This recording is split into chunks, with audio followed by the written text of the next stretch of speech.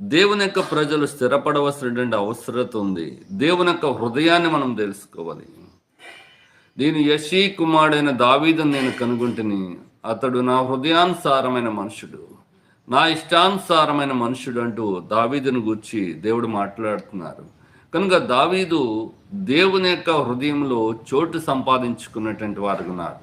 దేవుని యొక్క హృదయం ఏమైందో ఆయన ఎరిగినటువంటి వారు ఉన్నారు. దేవుని యొక్క హృదయాన్ని అనుసరించేవారు. మనం కూడా దేవుని హృదయాన్ని అనుసరించి మనం నడవలసినటువంటి వారమే కానీ మన యొక్క ఆలోచన చెప్పున, మన పద్ధతులు చెప్పున మనము నడుచుట ద్వారా అది ఏమాత్రం కూడా మనకి లాభకరం కాదండి. మరి సామెతలు 16వ అధ్యాయము 1వ వచనంలో మనం చూస్తాం, మనకి ఏవో చాలా ఆలోచనలు వస్తుంటాయి. అయితే బైబిల్ చెప్తున్న హృదయాలోచనలు మనుష్యుని వశము అంటూ దైవజనుడు చెప్తున్నాడు. మన స్వాధీనంలో